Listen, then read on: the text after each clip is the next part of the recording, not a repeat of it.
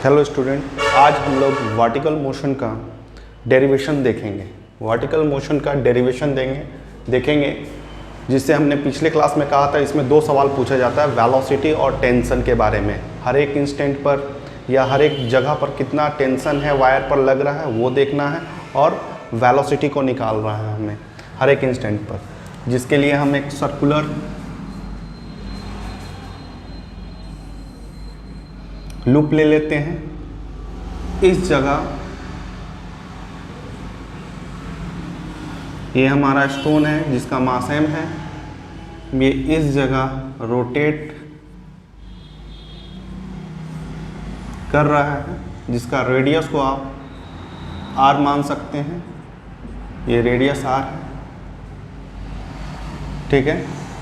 तो अभी आप बॉडी को यहाँ से यहाँ तक का स्टोन करना सोचें। अभी स्मॉल अमाउंट ऑफ डिस्टेंस के बारे में हम लोग सोचेंगे कि आप सपोज कर लीजिए आपका स्टोन अभी यहाँ पर है, तो ये कितना चला, तो एंगुलर डिस्प्लेसमेंट तो थीटा के बराबर होता है, तो ये थीटा चला है। यहाँ पर जो मास है इसका किधर लगेगा, mg के बारे में आप लोग जानते ही, ये ऐसा फोर्स होता है जो कि अर्थ के द्वारा बनाया जाता है और अर्थ के सेंटर के डायरेक्शन में लगता है। एक फोर्स में एरो के बारे में समझना बहुत इंपॉर्टेंट है। जैसे इस बॉडी का जो मास है ये कौन सा फोर्स बनाएगा, वेट बनाएगा, और किधर बनाएगा, अर्थ के परपेंडिकुलर बनाएगा। फिर ये जो स्ट्रिंग से आप इसे रोटेट कर रहे हैं इस स्टोन को, तो ये स्ट्रिंग कौन सा फोर्स बनाएगा, टेंशन बनाएगा। फिर इसका direction, force is the vector quantity, और वेक्टर क्वांटिटी को आप लोग रटे नहीं। अगर वेक्टर क्वांटिटी में किसी चीज़ को अगर डिस्कशन करना है, उसके डायरेक्शन को अच्छा से समझना होगा, ठीक है। मैग्नीट्यूड से ज़्यादा इंपॉर्टेंट डायरेक्शन के बारे में है। तो आपका जो भी फोर्स है, जैसे यहाँ पर फोर्स वेट है, तो वेट का डायरेक्शन किधर लगेगा, अर्थ के परपेंडिकुलर, तो इसका एरो अर्थ के परपेंडिकुलर बनाइएगा। और ये स्ट्रिंग है, धागा है, तो इसमें एक ही तरह का फोर्स आने वाला है जिसका नाम है टेंशन। तो टेंशन का डायरेक्शन क्या होगा, बॉडी से दूर बनाना है। ये दो फोर्स हो गया, क्लियर है। अगर इस लाइन को आप आगे बढ़ाते हैं तो साफ देखने को मिलता है कि ये जो थीटा है आपका, वो भी ये लाइन थीटा ही होगा। कैसे, देखिए ये जो लाइन है और ये जो लाइन है, हम बता रहे हैं ओ से लेकर के इस तरफ जो लाइन है और ये लाइन पैरेलल लाइन है, और ये एक ट्रांसवर्सल की तरह, तो ये करस्पॉन्डिंग एंगल से क्या होगा, थीटा के बराबर होगा। तो ठीक है, अभी हम पैरेलल लाइंस नहीं पढ़ा रहे हैं और हम मान के चल रहे हैं कि आपको ये सब कॉन्सेप्ट आता है, फोर्स के बारे में, टेंशन के बारे में, वेट के बारे में, इसके डायरेक्शन के बारे में आता है। अगर नहीं आता है तो हम इसके लिए वीडियो बनाए हैं जिसमें आप जाकर के अपना कॉन्सेप्ट को सुधार सकते हैं, ठीक है। लंबा डेरिवेशन है, थोड़ा स्पीड चलना होगा। यहाँ पर mg है, तो यहाँ पर बाबू रिजॉल्व हो जाएगा, रिजॉल्व हो जाएगा। फिर यहाँ कॉन्सेप्ट आता है कि जब भी फोर्स अगर एंगल में लग जाए ना, तो फोर्स रिजॉल्व होता है, mg कॉस थीटा, और इस भाग में क्या होगा, mg साइन थीटा। फिर कॉन्सेप्ट आता है, देखिए ये सारा कॉन्सेप्ट का ही खेला है। सर्कुलर मोशन में पूरा आपका पिछला कॉन्सेप्ट अगर याद होगा तो कोई दिक्कत नहीं होगी। फिर यहाँ क्या कॉन्सेप्ट है, अगर सर्कुलर मोशन है तो आपको कौन सा फोर्स देखना होगा, देखो फोर्स को पहचानना होगा। अगर जब बॉडी में मास है तो जो फोर्स बनेगा वो कौन सा फोर्स बनेगा, वेट बनेगा, वेट बनेगा। अगर रस्सी है तो वहाँ पर कौन सा फोर्स बनेगा, टेंशन बनेगा। ठीक इसी तरह से ये सर्कुलर मोशन है तो वहाँ पर कौन सा फोर्स को देखना चाहिए, सेंटीपिटल फोर्स, ठीक है। अब सेंटीपिटल फोर्स के बारे में आपको जानना होगा कि जो भी सर्कुलर मोशन होता है बिना सेंटीपिटल फोर्स के वो नहीं हो सकता है, बिना सेंटीपिटल फोर्स के वो नहीं हो सकता है। तो अगर यहाँ सेंटीपिटल फोर्स आएगा, और सेंटीपिटल फोर्स आता कैसे है, नेट फोर्स, हम क्या बोल रहे हैं बच्चे, net force toward the centre जो लगता है वही आपका सेंटीपिटल फोर्स बनाता है। तो इस तरीके से अगर हम देखेंगे तो mg साइन थीटा है और mg कॉस थीटा और टेंशन है। यहाँ टोटल फोर्स के बारे में देखेंगे, यहाँ कितना फोर्स आपको दिखने को मिल रहा है, टेंशन मिल रहा है, mg कॉस थीटा मिल रहा है, mg साइन थीटा मिल रहा है। लेकिन सेंटर के तरफ लगने वाला फोर्स ही हमारे लिए अभी इंपॉर्टेंट है, क्योंकि वही सेंटीपिटल फोर्स बनाएगा। तो सेंटर के तरफ नेट फोर्स क्या लग रहा है, नेट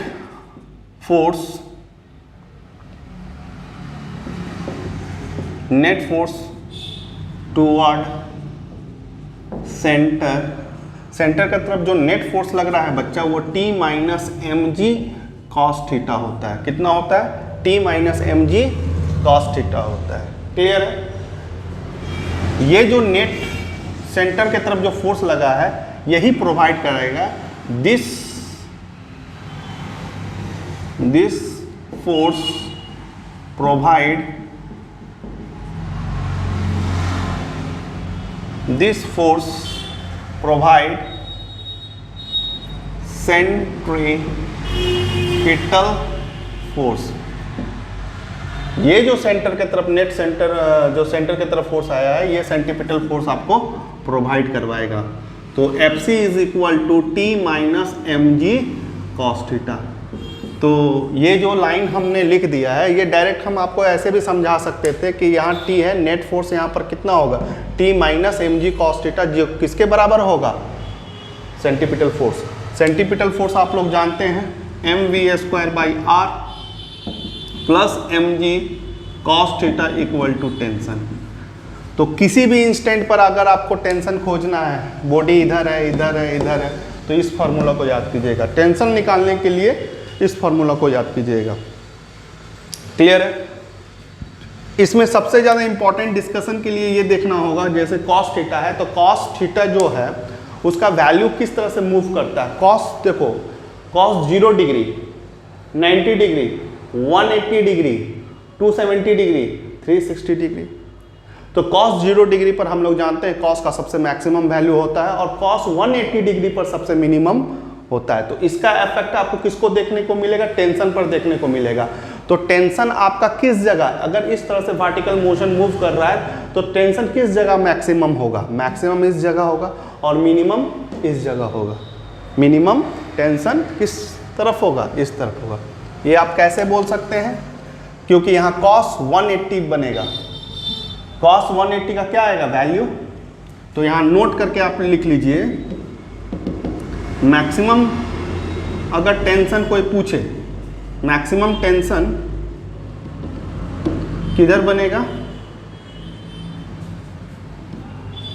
जब थीटा आपका 0 डिग्री होगा। ठीक है, इस जगह पर। और कितना बनेगा? T equal to m v square by r plus m g plus 1, ये बनेगा। और मिनिमम टेंशन आपका कितना बनेगा? थीटा 180 डिग्री में देखना होगा, थीटा को क्या लेना होगा? तो T मिनिमम क्या बनेगा? M v square by are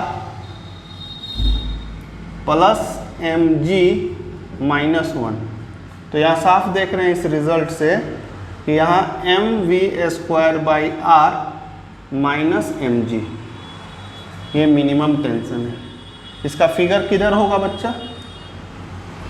यहाँ से लेकर के ये इस पोजीशन पर, ये इस पोजीशन पर ऐसे मूव करके गया है तो यहाँ टेंशन आपको मिनिमम मिलेगा और यहाँ टेंशन आपको मैक्सिमम मिलेगा। समझ में आ रहा है क्यों मिलेगा? क्लियर है? ठीक है, तो चलिए हम लोग जान चुके हैं कि यहाँ टेंशन मैक्सिमम होगा और टेंशन यहाँ पर मिनिमम होगा। टेंशन अभी निकालेंगे हम लोग, तो कितना मिनिमम होगा? तो टेंशन यहाँ मिनिमम, ये जो वर्ड लिख रहे हैं टेंशन मिनिमम होगा, लेकिन ये हमेशा मिनिमम इतना होगा कि वो पॉजिटिव रहे। क्या रहे? पॉजिटिव रहे। क्या रहे? पॉजिटिव रहे। ठीक है, टेंशन मिनिमम या तो 0 के बराबर रहे या तो 0 से ज़्यादा रहे। at H position,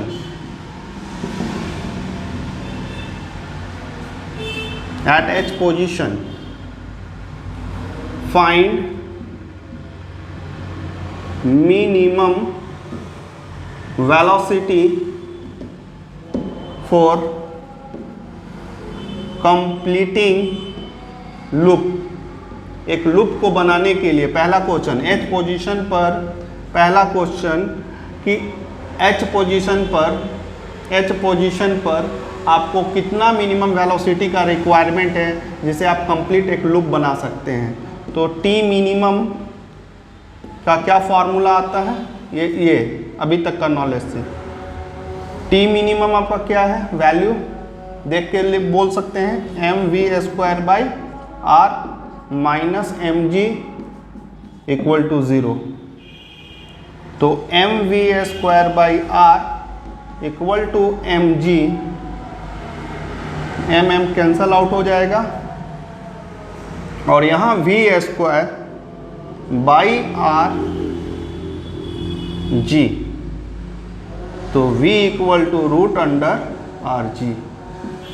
तो यहाँ का पोजीशन वी एच का मिनिमम वेलोसिटी आपको पता चल गया है, आर जी होता है। ये टेक्निक है, ठीक है, ये टेक्निक है। इस तरह से पार्ट बाय पार्ट करके दिखाएंगे, वीडियो थोड़ा छोटा रहे। तो ये आपका हमने जो बताया है, इस जगह का वेलोसिटी निकाल लिया। ऐसे करके हमको इधर इधर सबका निकालना है। क्लियर है, समझ में आया? आशा करते हैं समझ में आया होगा।